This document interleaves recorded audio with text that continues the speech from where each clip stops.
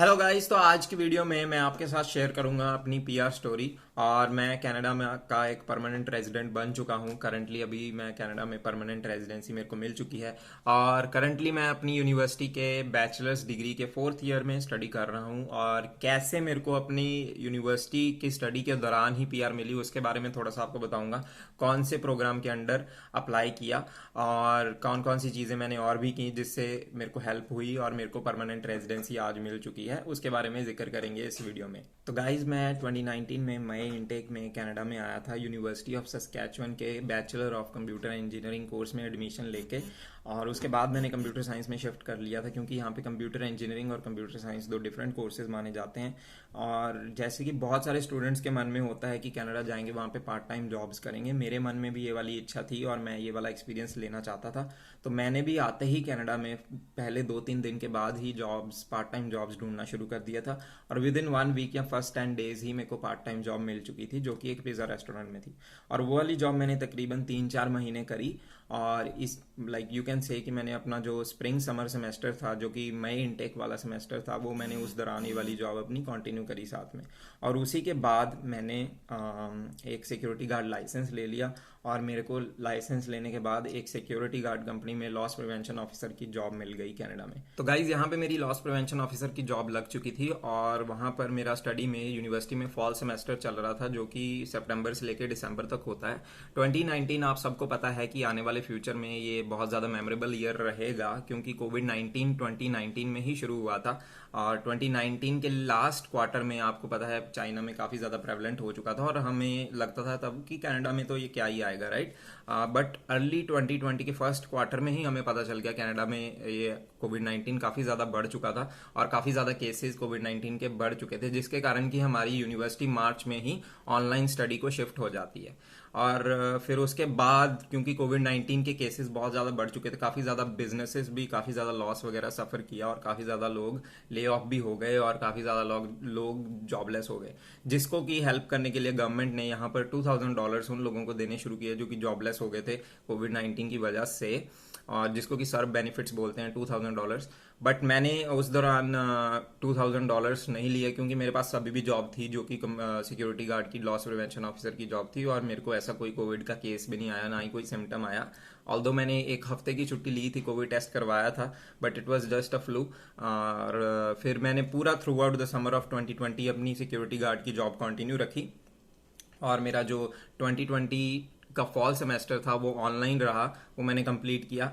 2021 के winter semester में जो कि जनवरी से लेके अप्रैल तक होता है, मेरे को टीचिंग असिस्टेंट की जॉब भी साथ में मिल चुकी थी, वो मैंने कंटिन्यू करी, ऑनलाइन ही मैंने वो कंप्लीट करी। और इसके बाद मेरे को 2021 के समर के अंदर आईटी सपोर्ट में एक समर इंटर्नशिप मिल चुकी थी यूनिवर्सिटी ऑफ सस्कैचुअन के साथ। और जब कोविड-19 के केस बढ़ चुके थे तो कनाडा की सबसे बड़ी कंपनी जो कि कमिश्नर है, मैंने उसके अंदर भी जॉब ले ली थी ड्यूरिंग द समर क्योंकि उनको एक साइट मिल गई थी और उनका काम काफ़ी ज़्यादा बढ़ चुका था। तो मैं उसमें उस कंपनी में मैं हायर हो चुका था और मेरे को वहाँ पे नाइट शिफ्ट मिलती थी और मैंने उसकी एक वीडियो भी बनाई है जो कि आप अगर आपको देखना है तो आप देख सकते हो। तो उसके बाद फिर 2021 में in summer April around April March, blessing in disguise, government एक प्रोग्राम लॉन्च करती है जिसको बोलते हैं TR to PR program, temporary resident to permanent resident program. तो guys temporary resident to permanent resident programme के अंदर 3 कैटेगरीज थी बेसिकली, जो कि थी हेल्थ केयर और एसेंशियल जो कि नॉन हेल्थ केयर थी, और इंटरनेशनल ग्रेजुएट की कैटेगरी, और सेम कैटेगरीज एक फ्रेंच लैंग्वेज के अंदर भी थी।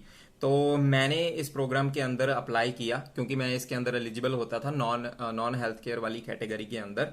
तो 2021 के अंदर मैंने अप्लाई किया टीआर टू पीआर प्रोग्राम में। और ओवरऑल इस प्रोग्राम के अंदर तब गवर्नमेंट ने टोटल 90,000 एप्लीकेशंस निकाली थी। 40,000 इंटरनेशनल ग्रेजुएट कैटेगरी के लिए, 30,000 applications non health care essential वाली कैटेगरी के लिए, और 20,000 हेल्थ केयर वाली कैटेगरी के लिए, 20, 30 और 40, टोटल 90,000 कैटेगरीज निकाली।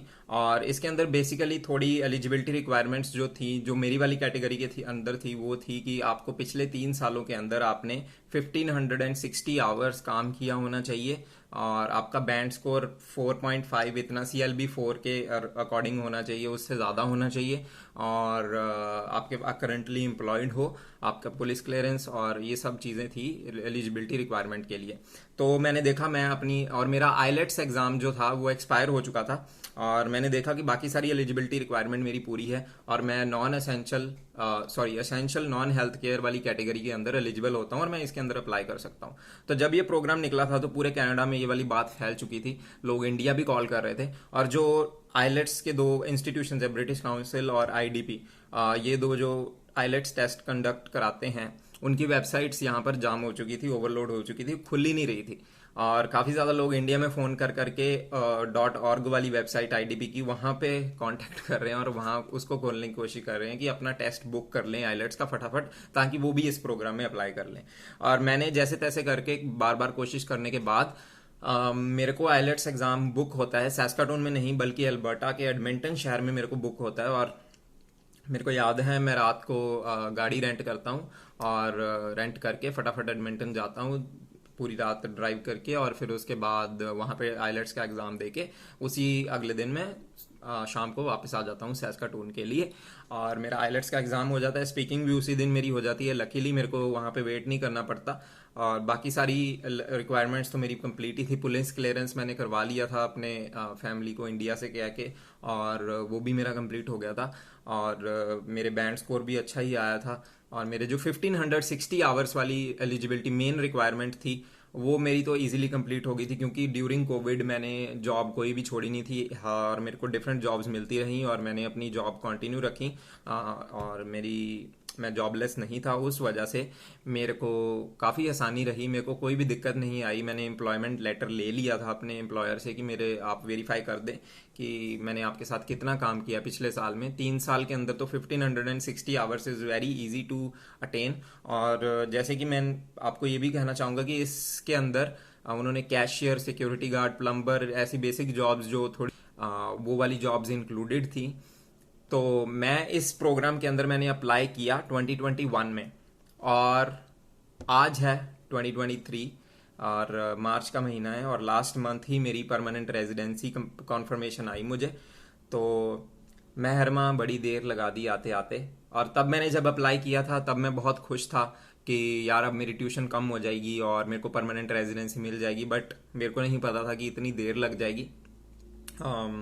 तो बट हाँ, और मैं एक ये चीज़ ज़रूर कहना चाहूँगा कि जब TR2PR प्रोग्राम लॉन्च किया था गवर्नमेंट ने 2021 में, तो उन्होंने तब ये भी मेंशन किया था कि ये वाला प्रोग्राम वो दोबारा लॉन्च कर सकते हैं। और मैं ये भी मेंशन करना चाहूँगा कि ये वाला प्रोग्राम अब अवेलेबल नहीं है, ये नवंबर 7 तक ही था तब तक 2021 में। और इस प्रोग्राम में जो इंटरनेशनल ग्रेजुएट वाली कैटेगरी थी, उसमें 40,000 की जो एप्लीकेशंस थी वो तो बहुत जल्दी भर गई थी, और 30,000 वाली उसको थोड़ा टाइम लगा था, वो भी लेकिन कम्प्लीटली फिल हो गई थी। जो कि 20,000 वाली कैटेगरी थी हेल्थ केयर की, उसमें सिर्फ 7,000 एप्लीकेशंस ही भर पाई।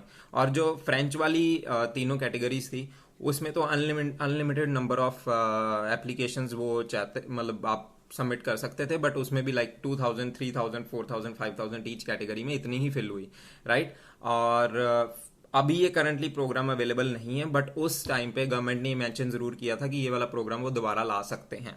और अगर ऐसा कोई प्रोग्राम आता है तो आपके पास कुछ ऐसी सी रिक्वायरमेंट्स होंगी, जैसे कि मेरे साथ रही हैं कि आपको इतने घंटे आपने काम किया हो, और साथ में उन्होंने बैंड रिक्वायरमेंट जो अब मेंशन कर रखी थी, और वो सब रिक्वायरमेंट्स होंगी। बट मेरे को जो लगता है, उन्होंने गवर्नमेंट ने इसलिए भी ये वाला प्रोग्राम तब लॉन्च किया था क्योंकि ड्यूरिंग कोविड की वजह से इंटरनेशनल ट्रैवल बंद हो चुका था। तो कनाडा सिंस पॉपुलेशन और जो उनका लैंड मास है कंट्री का, वो बहुत ज़्यादा रेशो, मतलब उनके पास पॉपुलेशन बहुत कम है, तो उनको लोग डेफिनेटली कनाडा में चाहिए।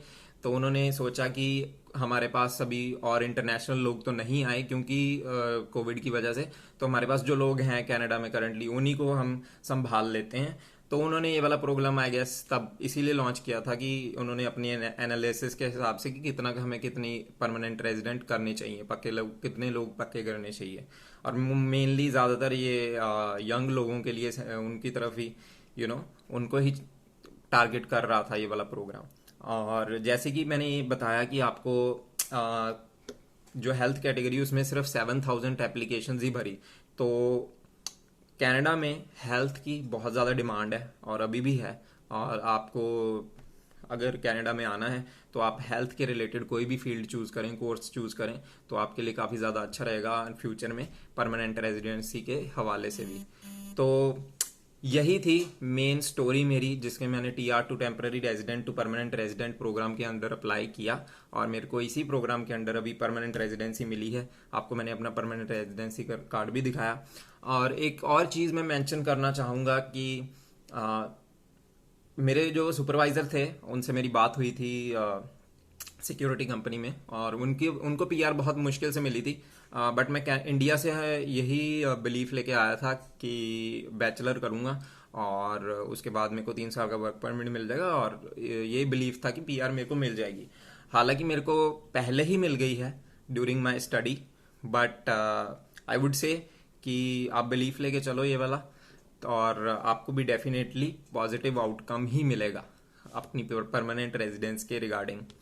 और जो एक और रीज़न मेरे को लगता है कि क्योंकि इलेक्शंस भी आने थे फॉलोइंग ईयर में, तो ये वाला प्रोग्राम जो लिबरल गवर्नमेंट है कनाडा की, जस्टिन ट्रूडो की, उसको भी थोड़ा सा फेवर करता था उस हिसाब से। तो ये जो मेन कुछ रीजंस थे जिस वजह से आई थिंक ये वाला प्रोग्राम तब निकाला था। और अभी तो करंटली ऐसा कोई प्रोग्राम आया नहीं है और ये अवेलेबल भी नहीं है प्रोग्राम, बट मैं अपनी स्टोरी आपको शेयर करना चाहता था। और आई होप कि ये वाली स्टोरी से आपको कुछ हेल्पफुल बात मिले और आपको इंस्पायर करे।